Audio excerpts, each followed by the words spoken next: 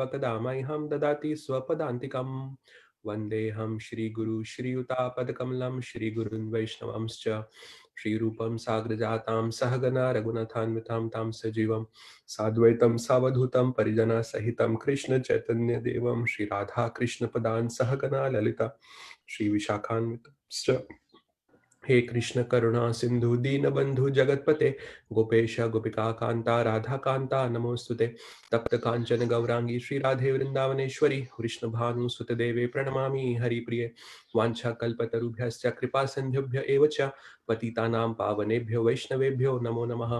जय श्री कृष्ण चैतन्य प्रभु नित्यानंद श्री अद्वैत गदाधार श्रीवासादि गौर भक्तवृंदा हरे Krishna Krishna Krishna Hare Hare Hare Ram Ram Ram Hare Hare.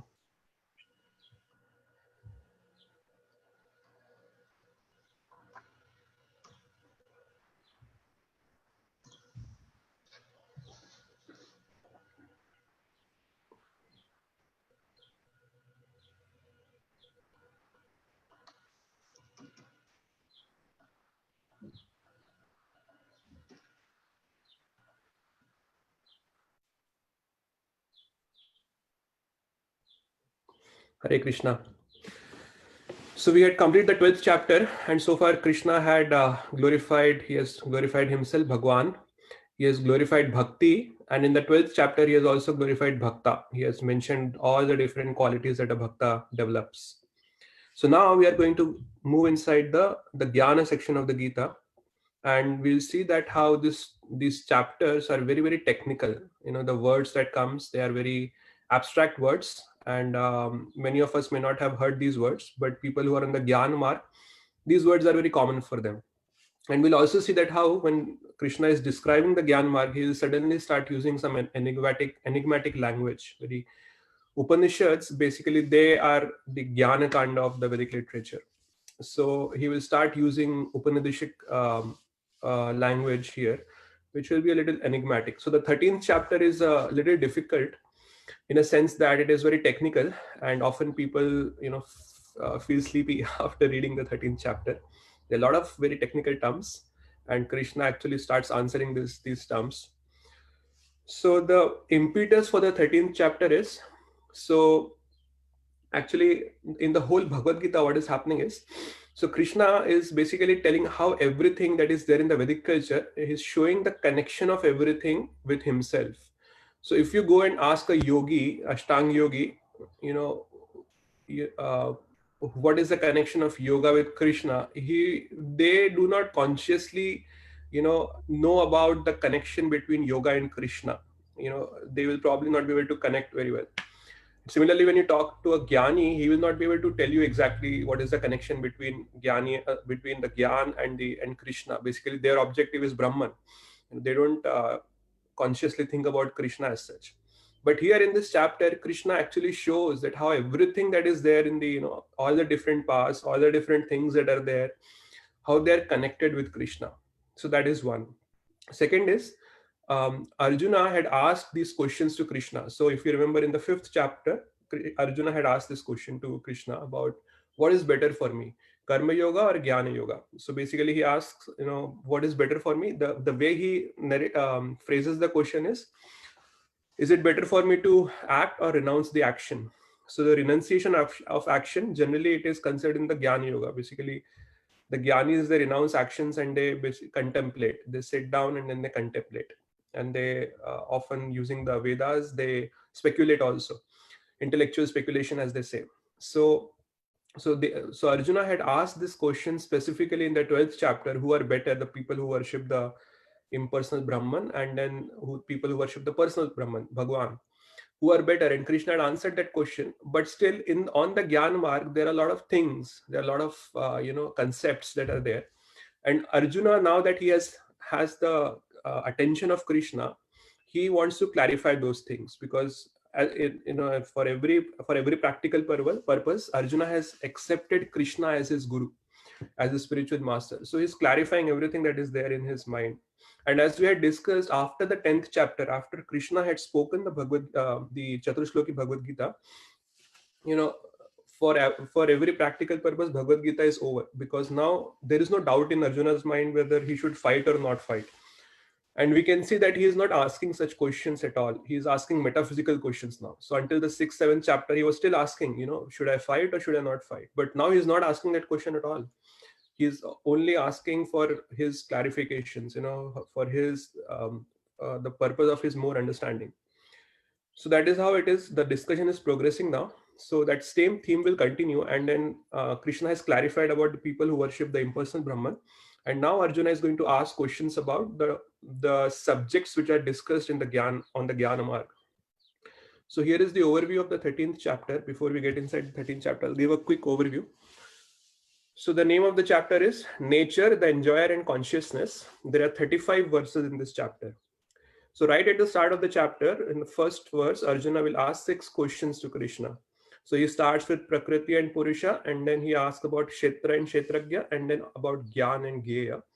So basically Krishna will keep answering all these questions throughout the chapter. So but Krishna, when he starts answering, he answers about Kshetra and Kshetragya first. Arjuna had asked about Prakriti and Purusha first, but Krishna answers Kshetra and Kshetragya first. Because Krishna is not just answering the questions. An intelligent teacher, when someone asks a question, he answers the question, but he integrates the answer into his analysis of the subject so that he can develop the subject systematically. So that is why Krishna starts with Kshetra and Kshetragya. So Krishna starts by answering 3rd and 4th questions first. He answers what is Kshetra and Kshetragya in verses 2 to 7. After that, he answers what is Jnana in verses 8 to 12.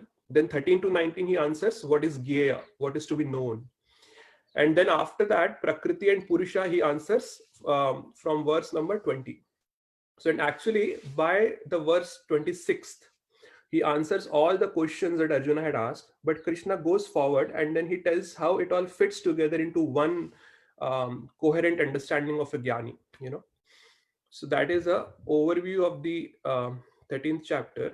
Let's start with the first verse. I'm going to share my screen just so that everyone can see my screen. Rasraj Prabhu, I'm not able to share my screen. Can you please give me the permission?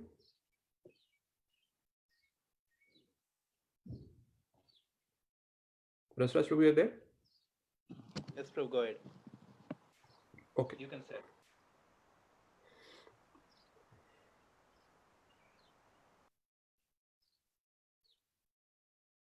Okay, is everyone able to see my screen now? Yes. Yes, Prabhu. Yes, Prabhu. Okay, good. So let's recite these verses. Arjuna Vacha. Arjun Vacha. Prakritim Purusham Chaiva. Purusham Chaiva. Kshetram Kshetragyam Evacha. Kshetram Kshetragyam Evacha. Etad Veditam Ichchami. Jnanam Gyeyam Cha Keshava. Jnanam Gyeyam Cha Keshava. Shri Bhagwan Vacha. Shri Bhagavan Vacha. Idam Shariram Kaunteya. Idam Shariram Kaunteya. Kshetram iti abhidhiyate. Kshetram iti abhidhiyate. Etadyo vetti tam prahu. Etadyo veti tam prabhu. Kshetragya iti tadvidaha. Kshetragya iti tadvidaha. Arjuna Vacha. Arjuna Uvacha. Prakritim Purusham Chaiva. Prakritim Purusham Chaiva. Kshetram Kshetragyam Evacha. Kshetram Kshetrajnam Evacha. Etad Veditum Ichchami. Etad Veditum Ichchami. Jnanam Gyeyam Cha Keshava. Jnanam Gyeyam Cha Keshava. Shri Bhagwan Uvacha. Shri Bhagavan Uvacha. Idam Shariram Kaunteya. Idam Shariram Kaunteya. Kshetram iti abhidhiyate. Kshetram iti abhidhiyate. Etadyo vetti tam prahu. Etadyo veti tam prahu. Kshetragya iti tadvidaha. Kshetrajna iti tadvidaha.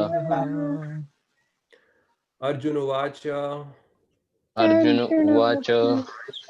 Prakritim Purusham Chaiva. प्रकृतिं पुरुषं चैव क्षेत्रं क्षेत्रज्ञमेव च क्षेत्रं क्षेत्रज्ञमेव च एतद्वेदितुमिच्छामि एतद्वेदितुमिच्छामि ज्ञानं ज्ञेयं च केशव ज्ञानं ज्ञेयं च केशव श्रीभगवानुवाच श्रीभगवानुवाच इदं शरीरं कौन्तेय इदं शरीरं कौन्तेय क्षेत्रम् इति अभिधीयते क्षेत्रम् इति अभिधीयते एतद्यो वेत्ति तं प्रभुः एतद्यो वेत्ति तं प्राहुः क्षेत्रज्ञ इति तद्विदः क्षेत्रज्ञ इति तद्विदः Anyone else would like to recite?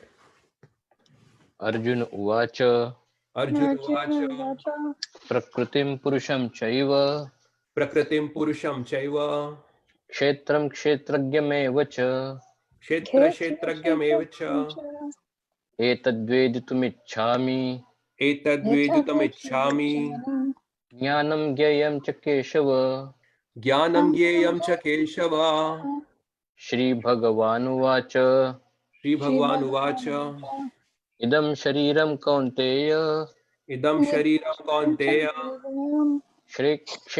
क्षेत्रमित्यभिधीयते क्षेत्रमिति अभिधीयते एतद्यो वेत्ति तं प्राहुः एतद्यो वेत्ति तं प्राहुः क्षेत्रज्ञ इति तद्विदः क्षेत्रज्ञ इति तद्विदः Anyone else? अर्जुन उवाच अर्जुन उवाच प्रकृतिं पुरुषं चैव प्रकृतिं प्रकृतिं पुरुषं चैव क्षेत्रं क्षेत्रज्ञम् एव च क्षेत्रं क्षेत्रज्ञमेव च एतद्वेदितुमिच्छामि एतद्वेदितुमिच्छामि ज्ञानं ज्ञेयं च केशव ज्ञानं ज्ञेयं च केशव श्रीभगवानुवाच श्रीभगवानुवाच इदं शरीरं कौन्तेय इदं शरीरं कौन्तेय क्षेत्रम् इति अभिधीयते क्षेत्रमित्यभिधीयते एतद्यो वेत्ति तं प्रहुः एतद्यो वेत्ति तं प्राहुः क्षेत्रज्ञ इति तद्विदः क्षेत्रज्ञ इति तद्विदः Anyone else? अर्जुनोवाच अर्जुन अर्जुन उवाच उवाच प्रकृतिं पुरुषं चैव प्रकृतिं प्रकृतिं पुरुषं चैव क्षेत्रं क्षेत्रज्ञमेव च क्षेत्रं क्षेत्रं क्षेत्रज्ञमेव च एतद्वेदितुमिच्छामि एतद्वेदितुमिच्छामि ज्ञानं ज्ञेयं केशव ज्ञानं ज्ञेयं च केशव श्रीभगवानुवाच श्रीभगवानुवाच इदं शरीरं कौन्तेय इदं शरीरं कौन्तेय क्षेत्रम् इति अभिधीयते क्षेत्रम् इति अभिधीयते एतद्यो वेत्ति तं प्राहुः एतद्यो वेत्ति एतद्यो तं वेत्ति तं प्राहुः प्राहुः क्षेत्रज्ञ इति तद्विदः क्षेत्रज्ञ इति तद्विदः Anyone else would like to recite the verse? Arjun उवाच अर्जुन उवाच प्रकृतिं पुरुषं चैव प्रकृतिं पुरुषं चैव क्षेत्रं क्षेत्रज्ञानम् एव च क्षेत्रं क्षेत्रज्ञमेव च एतद्वेदितुमिच्छामि एतद्वेदितुमिच्छामि ज्ञानं ज्ञानयं च केशवः ज्ञानं ज्ञेयं च केशव श्रीभगवानुवाच श्रीभगवान् उवाच इदं शरीरं कौन्तेय इदं इदं शरीरं कौन्तेय क्षेत्रमिति अभिधायते क्षेत्रम् इति अभिधीयते क्षेत्रम् एतत् यो वेत्ति तं प्रभु एतद्यो वेत्ति तं प्राहुः क्षेत्रज्ञ इति तद्विदः क्षेत्रज्ञ इति तद्विदः Anyone else would like to recite? Arjun Arjun उवाच अर्जुन उवाच प्रकृतिं पुरुषं चैव प्रकृतिं प्रकृतिं पुरुषं पुरुषं चैव चैव क्षेत्रं क्षेत्रज्ञानमेव च क्षेत्रं क्षेत्रज्ञमेव च एतद्वेदितुम् इच्छामि एतद्वेदितुमिच्छामि ज्ञानं येन यं च केशव। ज्ञानं ज्ञेयं च ज्ञेयं केशव। केशव। श्रीभगवानुवाच श्रीभगवानुवाच इदं शरीरं कौन्तेय इदं इदं शरीरं शरीरं कौन्तेय कौन्तेय क्षेत्रम् इति अभिधीयते। क्षेत्रम् इति अभिधीयते। एतत् यो वेत्ति तं प्रहुः एतद्यो वेत्ति तं प्राहुः क्षेत्रज्ञान इति तद्विदः। क्षेत्रज्ञ इति तद्विदः। Anyone else? Okay, let's Can I recite do it? Can I do it again? No, we can recite the synonyms. Thank you for the offer. Okay, all right. Arjun Vacha. Arjuna Vacha. Arjuna Vacha. Arjun said, Arjun said, Prakritim, Prakritim, nature, nature, Purusham, Purusham, the enjoyer, the enjoyer, Cha, Cha, also, Eva, Eva, certainly, Kshetram, Kshetram, the field, the field, Kshetragyam, Kshetrajnam, the knower of the field, the knower of the field, Eva, Eva, certainly, Cha, also, Etat, all this, Veditum, to understand,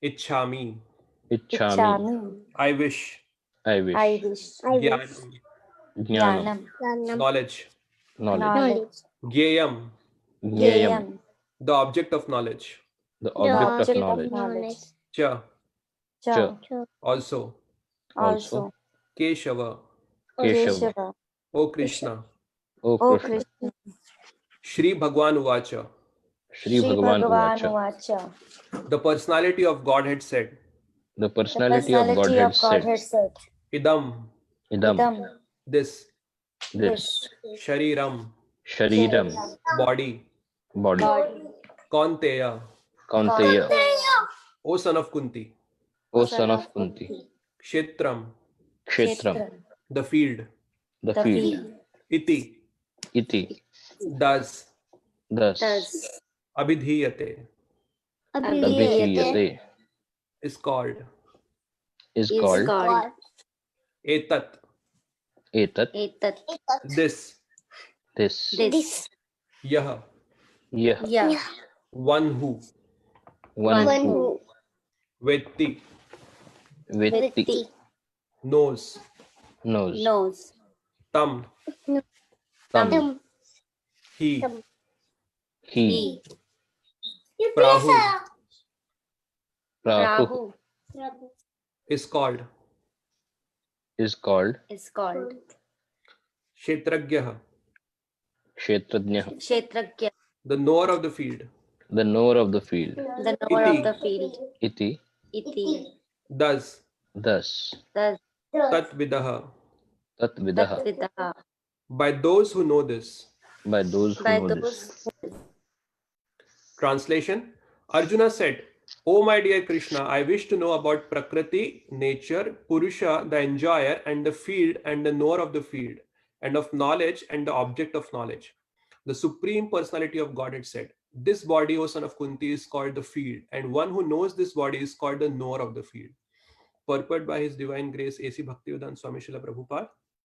Arjuna was inquisitive about Prakriti, nature, Purusha, the enjoyer, Kshetra, the field, Kshetragya, its knower, and knowledge and the object of knowledge. When he inquired about all these, Krishna said that this body is called the field, and that one who knows this body is called the knower of the field. This body is the field of activity for the conditioned soul. The conditioned soul is entrapped in material existence, and he attempts to lord it over material nature. And so, according to his capacity to dominate material nature, he gets a field of activity. That field of activity is the body. So, I'm just taking a pause here. So, actually, so this body and the prakriti, actually body is made of prakriti only. This body is the same as prakriti. It is made of the 5 elements, and prakriti also is actually made of the 5 elements. So in one sense it is a subset of prakriti. So how it is it becomes kshetra. So the kshetragya is given. The kshetragya is the enjoyer, is basically the purusha. Basically he is given the this subset of prakriti. He has some control over this subset of prakriti. So that is the difference between the prakriti and the body, the kshetra. So that is what has been explained here, that this, we have some kind of control over this field of activity, which is the body. And what is the body? The body is made of senses. The conditioned soul wants to enjoy sense gratification, and according to his capacity to enjoy sense gratification, he's offered a body or field of activity. Therefore, the body is called kshetra, or the field of activity for the conditioned soul. Now, the person who should not identify himself with the body is called kshetragya, the knower of the field. It is not very difficult to understand the difference between the field and its knower. The body and the knower of the body, and person can consider any person can consider that from childhood to old age he undergoes so many changes of body, and yet is still one person remaining. Thus there is difference between the knower of the field of activities and the actual field of activities. So Prabhupada is giving a analogy to understand that the body is when it is born, it is just in a baby form, and then it grows, then it becomes a little toddler, and then it becomes a boy, then it becomes a man, and then it becomes an old man. But the person inside the body still remains the same. The person doesn't change, but the body is changing. If I look at my picture when I was born, I cannot make out that this is me. Even I probably may not be able to recognize that it is my baby picture. So actually this body is not me. So that is what Prabhupada is trying to convey over here with this analogy. Thus, there is a difference between the knower of the field of activities and the actual field of activities. A living conditioned soul can thus understand that he is different from the body. It is described in the beginning, dehinosmin, that the living entity is within the body, and that the body is changing from childhood to boyhood, and from boyhood to youth, and from youth to old age. And the person who owns the body knows that the body is changing. The owner is distinctly kshetragya. Sometimes we think I am happy, I am a man, I am a woman, I am a dog, I am a cat. These are the bodily designations of the knower. But the knower is different from the body. Although we may use many articles, our clothes, etc., we know that we are different from the things used. Similarly, we also understand by a little contemplation that we are different from the body. I or you or anyone else who owns the body is called kshetragya, the knower of the field of activities, and the body is called kshetra, the field of activities itself. In the first 6 chapters of Bhagavad Gita, the knower of the body, the living entity, and the position by which he can understand the Supreme Lord are described. In the middle 6 chapters of the Bhagavad Gita, the Supreme Personality of Godhead and the relationship between the individual soul and the super soul in regard to devotional service are described. Vallavi Mataji, Mataji, you'll have to go on mute. I'm sorry. I'm in mute, Prabhu. Okay, we could hear your voice. I'm sorry. Okay. The superior position of the Supreme Personality of Godhead and the subordinate position of the individual soul are definitely defined in these chapters. The living entities are subordinate under all circumstances, but in their forgetfulness, they are suffering. When enlightened by pious activities, they approach the Supreme Lord in different capacities as the distressed, those in want of money, the inquisitive, and those in search of knowledge. And that is also described. Now, starting with the 13th chapter, how the living entity comes into contact with material nature and how he is delivered by the Supreme Lord through the different methods of fruitive activities, cultivation of knowledge, and the discharge of devotional service are explained. Although the living entity is completely different from the material body, he somehow becomes related. This also is explained. Om Vishnu Padaya Krishna Prishtaya Bhutale Shrimate Bhaktivedanta Swami iti namine. Namaste Saraswati Devi Gauravani Pracharine Nirvishesha Shunyavadi Paschat Deshitarine. So I'll read the translation one more time. Arjuna said, "My dear Krishna, I wish to know about Prakriti, nature, Purusha, the enjoyer, and the field, and the knower of the field, and of knowledge, and the object of knowledge." The Supreme Personality of Godhead said, "This body, O son of Kunti, is called the field, and one who knows this body is called the knower of the field." So actually, so we just discussed about how the field, which is called as kshetra or body, is an extension of the Prakriti itself. It's just that the kshetragya has some kind of control over this this portion of the Prakriti, and relatively more control. The other portion of the Prakriti he doesn't have so much control over. So now, so Prabhupada was writing in the purport that how the knower of the body thinks that he is a man, he's a woman, he is a cat, he's a dog, or whatever. He's a boy or an old man, whatever. So actually there is a relationship between the knower of the body and the body itself, Kshetra and Kshetragya. And that relationship is determined by what kosha that person is in. So we'll discuss about the kosha, but actually what I want to mention first is that, so we are talking about jnana here, and there are two different frameworks to acquire jnana. According to this jnana yoga, there is yasti and there is samasti. So yasti basically means you go from individual to universal. So I first think, I see, okay, I am a person, I'm an individual, and how different things are impacting me and what is my relationship with different things. So like that I grow, and what is my relationship with other living entities, and then what is my relationship with the universe. So I basically grow from the individual to universal, and samasti is the opposite. You go from universal to the individual. So from bottom to top and top to bottom. So actually we'll see that Krishna is using the samasti method here. So he will first talk about that all of us are living entities, and there are different modes, and these modes affect each other, and then from there he grows the subject. So he's using the samasti method. Now I was talking about the kosha. So actually the relationship between the knower of the field and the field itself, the kshetra and kshetragya, is determined by the kosha in which the living entity is, or the person is, by living in. So actually even the animals are in one kosha, but they don't know in what kosha they are. So there are 5 different kinds of kosha. There is annamaya, there is pranamaya, there is jnanamaya, vijnanamaya, and then lastly there is anandamaya. So the Prabhuji, is it kosa or kos? Kosh, yeah. Thank you, Prabhuji. Because it's translation by Westerners, so we have to be careful. Like Prabhupada presented originally, sometimes we misspell and people search by that name, so Okay, that gives something else, Prabhuji. all right. Yeah, Prabhuji. he placed the towards at the end. Arjun is pronounced as Arjuna, Bhima, Yudhishthira. Pyare Prabhu said Arjun, and you said Arjuna. It's okay, Prabhuji. All right, okay. So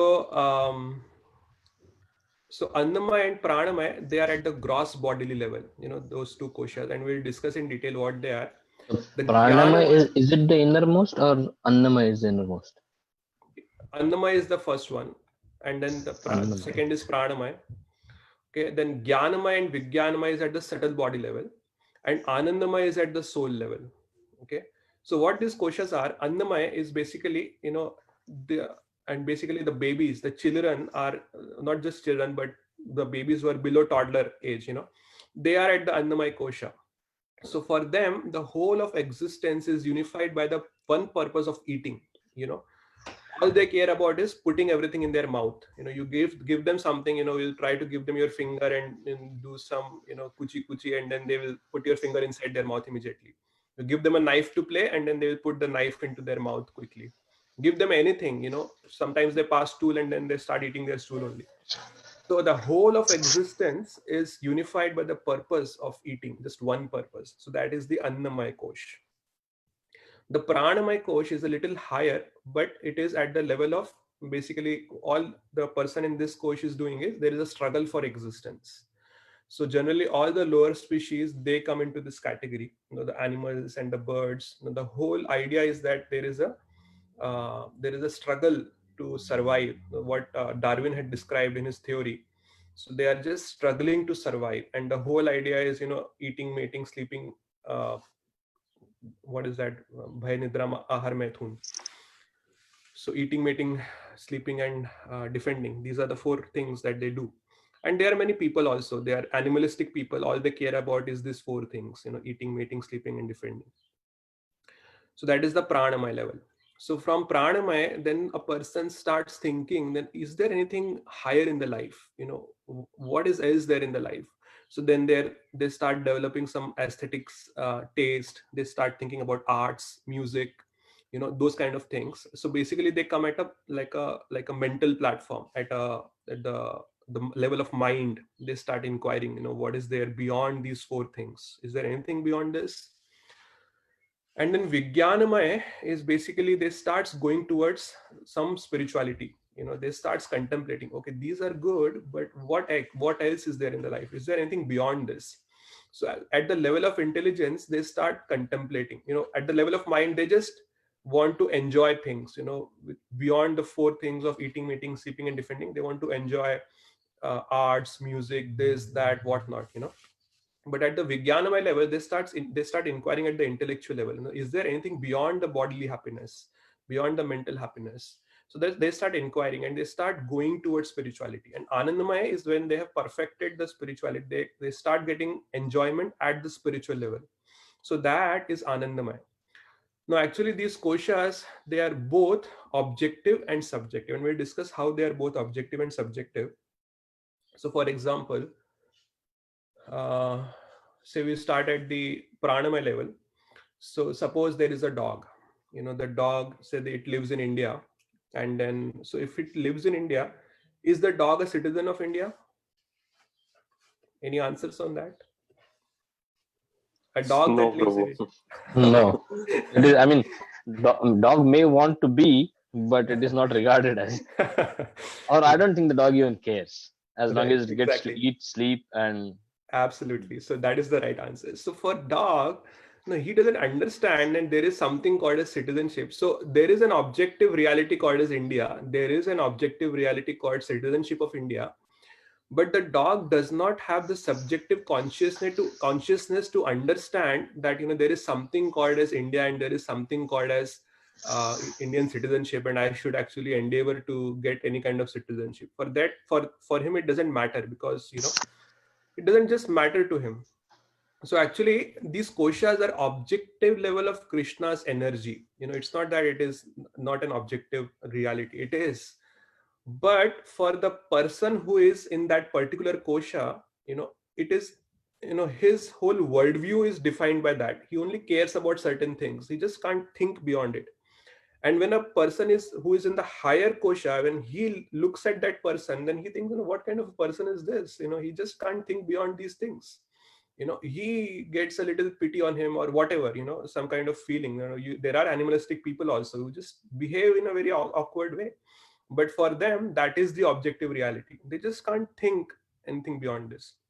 So many people are atheists. Their whole worldview is atheistic. So there was this famous atheist whose name was Voltaire. I know many of you might have heard about him. He was a very famous atheist. He was a very rich person. So what he used to do is, when he used to have discussions about atheism with his fellow atheists, so when his fellow atheists, his friends would come to talk to him, and then they go into the subject of atheism.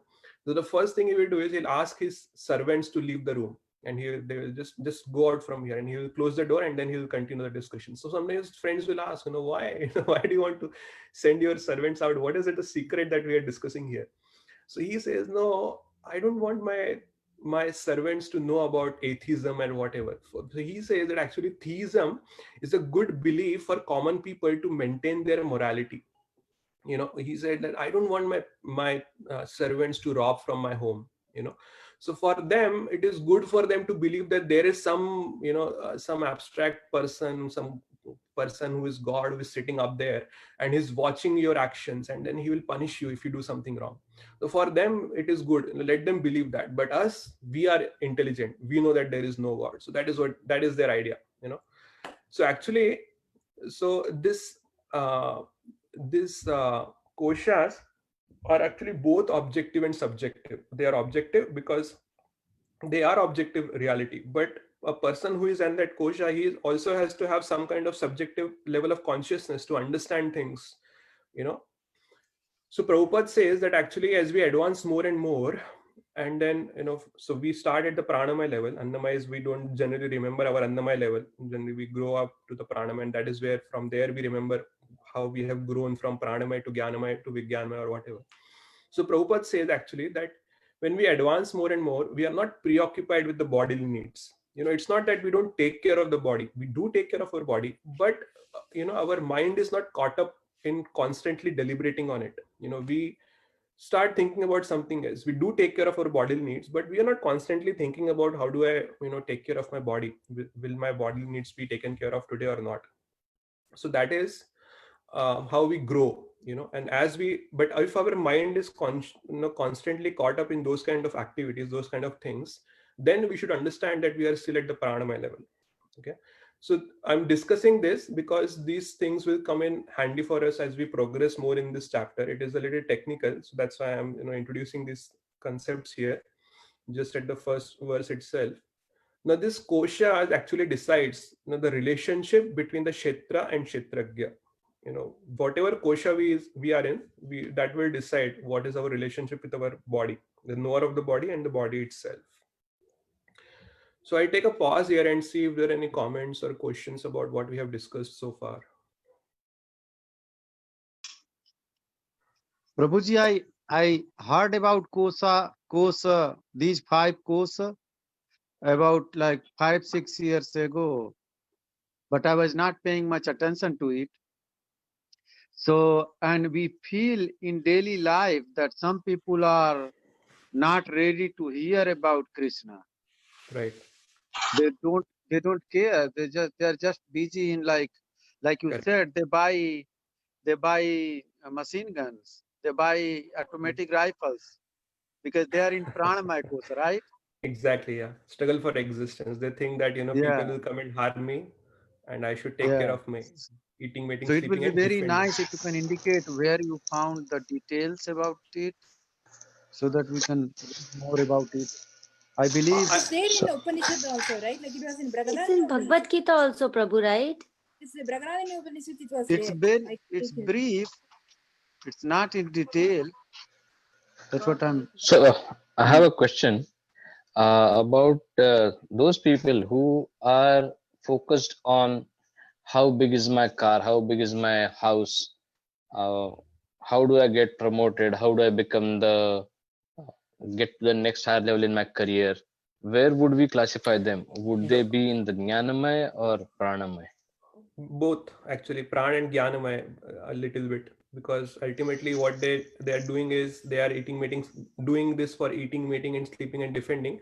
But then it kind of becomes a little, they take it a little ahead. It becomes an extended false ego that I should have a better car, better home, you know uh, whatever I have should be better than what others have. So it becomes a part of their extended false ego, and that starts giving them pleasure. So they are both partially in the Okay, so in the the pranamaya level. meaning of the word Maithun should not be understood just as uh, sex, but as sensory pleasure of any kind.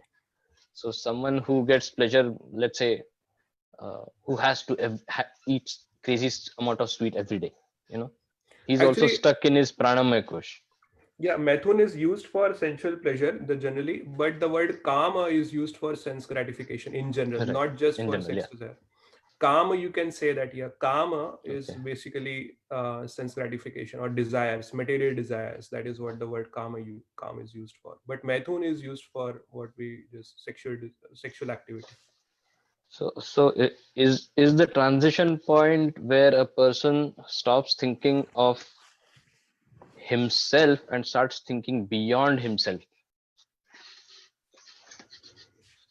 So Oh, I mean, pranamaya to jnanamaya, the transition, where does it happen? Where, let's say, someone starts thinking of the society he is in, the community he is in. yeah, generally it happens with the education that is given to the children. Actually, I don't know if you remember, there is a when I was a kid, read about, there was an experiment conducted on a girl. I forgot the name of the girl. So what they did is they confined that girl in a room and they did not allow any kind of contact, any kind of external contact to that girl. Mhm. They wanted to see exactly how the consciousness of that girl grows automatically without any external, influence of Stimulus. anyone. Exactly. But unfortunately, what happened, it was a total failure, because she actually had, as she grew up and she was not given any kind of education, she was totally animalistic. She had no sense of, and after a certain age you can't even give that kind of education to the person. You just can't take it, because then wired in a certain way. And you can find it, you can Google it up. Yeah, I have heard about that experiment. Yeah, so what happens is, by the education that is given to the children, then they start understanding, okay, there is something beyond me, something beyond my mind, beyond my body, which I have to worry about. There are other Okay. people, I have my family, there are other, I have some social duties, some social responsibilities, then there are some people who love me and I should love someone. Those kind of things we start feeding into them. Then the nationalism is started feeding into them. You tell them about my Or son when he even went to giving India. back to society kind of thing. Exactly. Yeah, social responsibilities, as I said. I have some duties towards the society. So my son, when he went to India, now he was studying over there. So now he started studying about the independence movement. So he found it very interesting, and he started inquiring more. How did it happen, and all that stuff. So unless we give that education, it's not going to happen. It's not like in something automatically that will happen. But obviously, children, when they see us, then they also learn from that also. Not just, you don't have to consciously give that. The language is something that they pick up automatically. We see that we don't teach them consciously, but they just see us and then they pick up the language, whatever language we speak. It's not that if we are Indian, the children will start speaking Yeah. Spanish or Russian. So they just see us and then they So pick up. So is that lack of exposure and education is probably the reason why most of the extreme remote tribal societies right, are still at a very primitive stage, correct, yeah, where their primary focus is getting their next food, yeah, shelter from the weather, and right, their kids. And exactly. then And probably then they have something like talking to the spirits and of those people yeah, who and pass away. they do also care about their society, and it's not that they Mhm. only care about themselves and their kids. They also have some sense of, okay, I live in this society, so I Right. should protect them also and give them some kind of support and all that. So Right, those but their reaction towards or approach towards giving back to their society is basically, I am ready to fight against the others who are invading on our territory. So yeah, more but animalistic.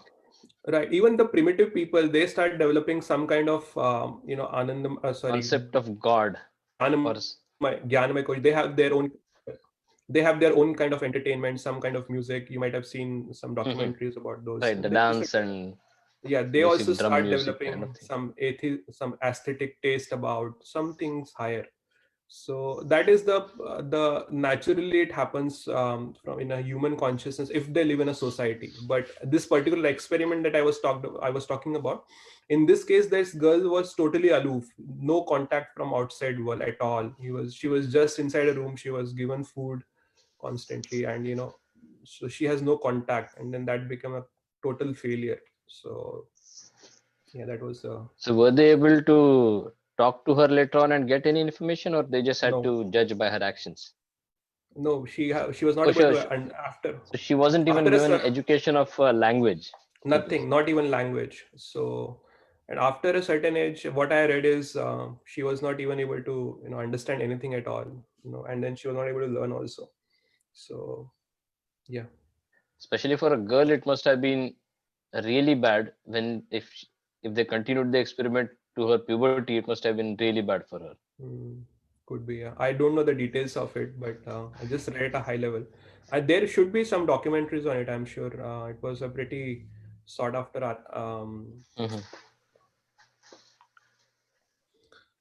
So where does bhakti fall in all this between pranamaya and jnanamaya? So actually, this is Vijnanamaya, and then the perfection of bhakti is Anandamaya. When you start taking pleasure at the spiritual level, so at the Vijnanamaya level, you start, going towards spirituality. You start understanding that, okay, there is something beyond the body. There is something that is, everything that I'm getting in the life is temporary. This body is temporary. Is there anything that is lasting? Is there anything that is eternal? So that is where the soul starts and the person starts inquiring, and then he starts going towards spirituality. And that basically, from Vijnanamaya, when he starts actively practicing spirituality, and the perfection of the spirituality is the Anandamaya Kosha, where at the spiritual level, the person basically he is getting all the pleasure, whatever pleasure we need. So we all are pleasure seeking, and whatever we do in our life, we do it to seek some pleasure. So there the person is deriving pleasure at the level of at the level of soul, not at the level of matter. At the material level, he might be miserable, but at the spiritual level, inside him, he might be joyful. We won't be able to see it from outside. The person himself will only know what is his condition internally. How do we differentiate between someone who is joyful by himself? I mean, there's a thin line between someone who society may consider as enlightened and someone who society might consider as mad. Because both are blissful in their own sense. Yeah. The one who is a spiritual master can communicate why he is blissful, how he is blissful.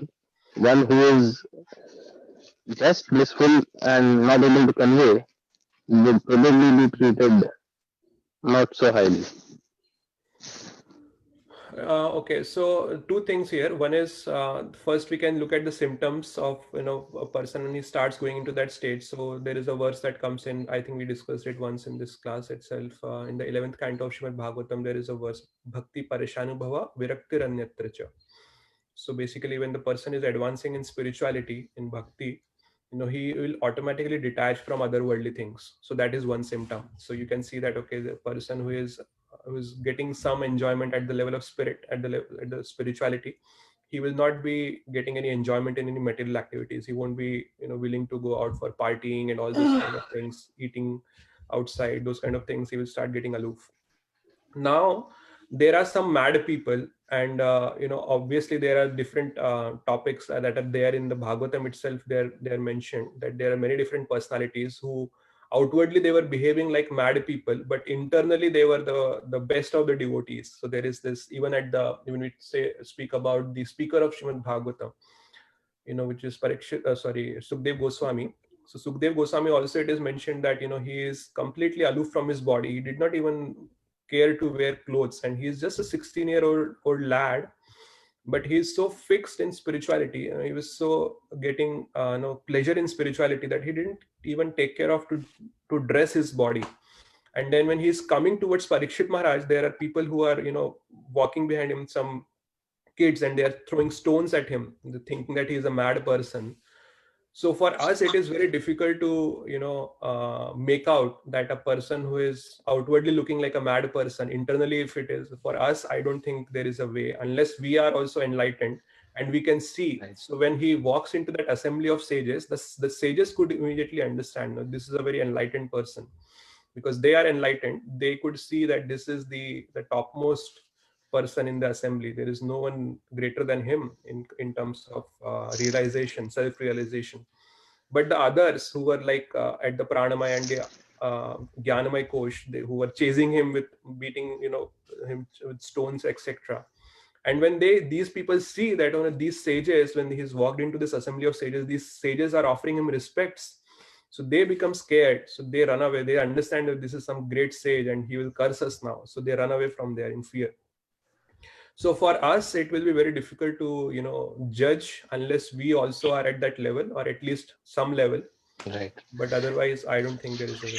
So when I was growing up, there was this person in Pune. So whenever we used to go to my aunt's place, he used to live in the same locality, and he used to go from house to house, and he used to just ask for laddu.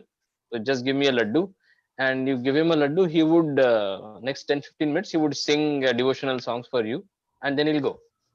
Okay. That Nice. was his only thing, and Yeah. he was never mad. He was never angry about anything. Hmm. Like you said, people used to actually throw stones at him. Some crazy kids, they would start teasing him, throw stones at him. He would be blissfully unaware. Hmm. Yeah. So his parents were worried because sometimes he used to come home with blood coming out of his forehead, blood coming out of his shoulder, because some people had thrown stones at him.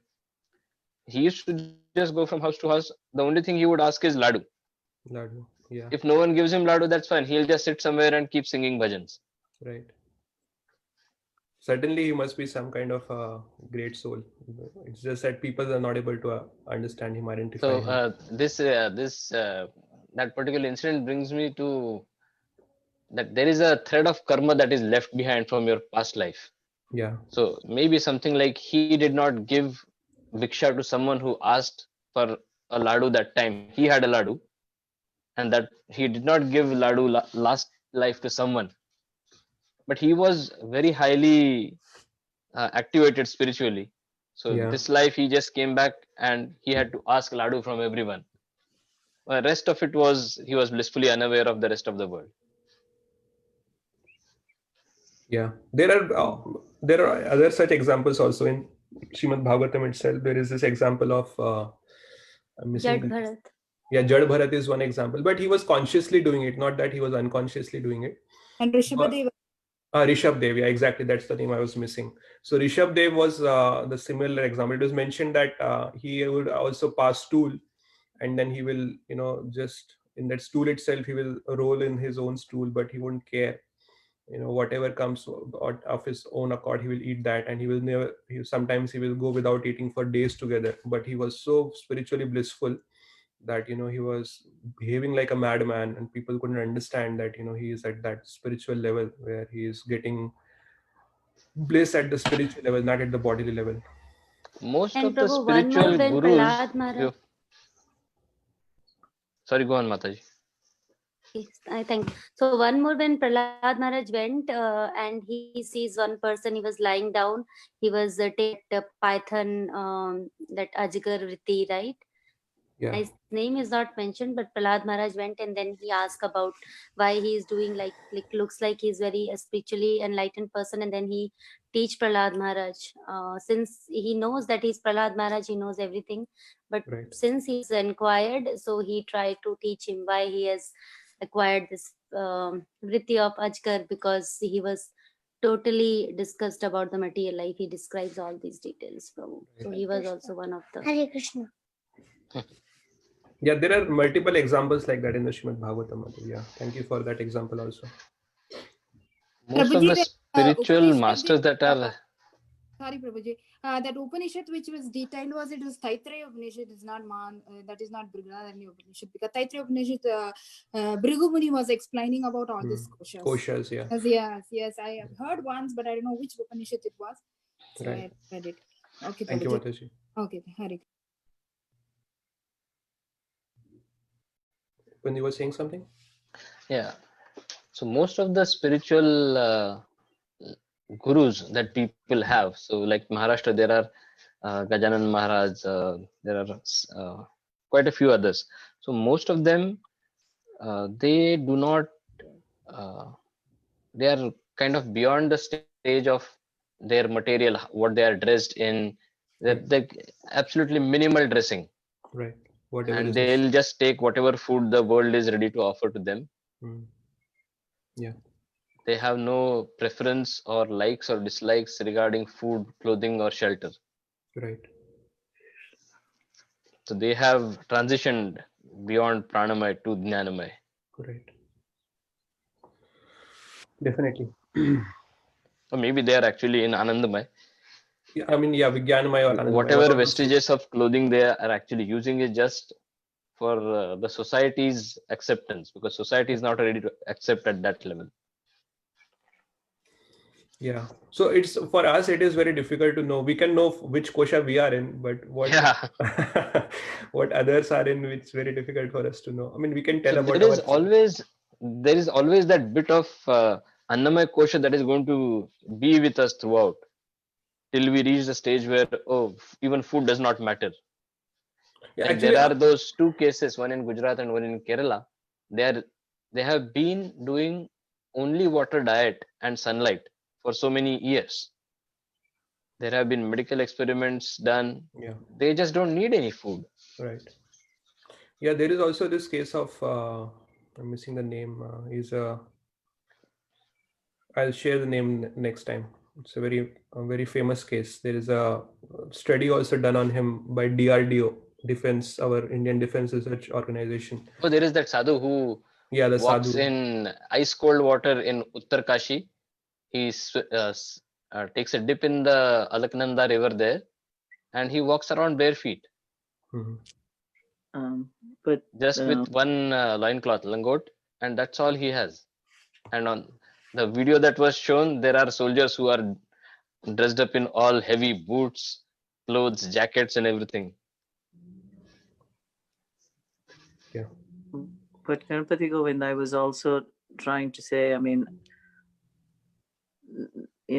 all this giving up and living detached is but from a Vaishnava perspective, isn't it also the case that utility is the principle, that you can utilize everything in Krishna's service? Right. So when you're utilizing everything in Krishna's service, it doesn't matter if you're living in a big house, or wearing nice clothes. If you're using that in the process of perhaps serving Krishna, Right. or spreading Krishna consciousness in some way, correct? That is right, Mataji. So we have those two categories, right? Bhajananandi and the other category. What is that? I'm missing the Goshtianandi. Goshtianandi. Yeah. So Goshtianandi falls into that category. So they want to preach Krishna consciousness, and sometimes they will have to accept the luxuries. Sometimes they will have to reject the luxuries, and that is very evident in Prabhupada's life. Sometimes he had to accept and to go to and preach to some important people, some rich people, or some politically active. He had to accept some kind of luxuries, just to be right. Just so as not to offend. Exactly. But at other times he was completely aloof from these. He didn't care whether his room had even a fan or not. He would just sleep on the ground, and sometimes he had to bathe with ice cold water. So he had shown that kind of thing. So what they care about is preaching Krishna's message, and everything that comes to them, they just use that in the service of Krishna. That is the path of bhakti, actually. So one does not care about himself, but he cares about the mission of God. So mission of God. Right. So right. So Krishna will say in the Bhagavad Gita towards the end that one who Right. preaches And this even- message to others. Yeah. Yeah, and even Raja Rishis like Yudhishthir Maharaj and Parikshit Maharaj, they lived in luxury, but they could give it up in any minute, in Krishna consciousness. So they really were not attached to it, even though they lived in great luxury, Right. Okay, Larnath Prabhu, I will share the references with you about the koshas that I have come across ठीक है in Prabhu. Thank you. our books. Yeah, BBT. Sorry. Would Lord Buddha be considered at the Anandamaya level? Actually, so Lord Buddha is Krishna himself, he is Vishnu himself. So it is not good to fit these kind of personalities into our koshas. Right. So they are much beyond. He's way beyond. Yeah. So we cannot put them into these kind of frameworks. These frameworks can apply to limited. Or, they were trying to walk through our framework so that we Yeah. can understand the path. Right. So yeah. So we can't, judge them with these frameworks. There is a different framework to look at them. So. All right. I think we can end here. We are beyond 8 p.m. now. So thank you, everyone. Thanks for joining. Vancha Prabhu, who is kalpatarubhyascha giving kripa this class sindhyabhya- tomorrow? Sorry, Prabhu. Damodar Swarup Prabhu. Tomorrow Damodar Swarup Prabhu is giving, Mataji. Okay. Vancha kalpatarubhyascha kripa sindhyobhya eva cha patitanam pavanebhyo vaishnavebhyo namo namaha. Hare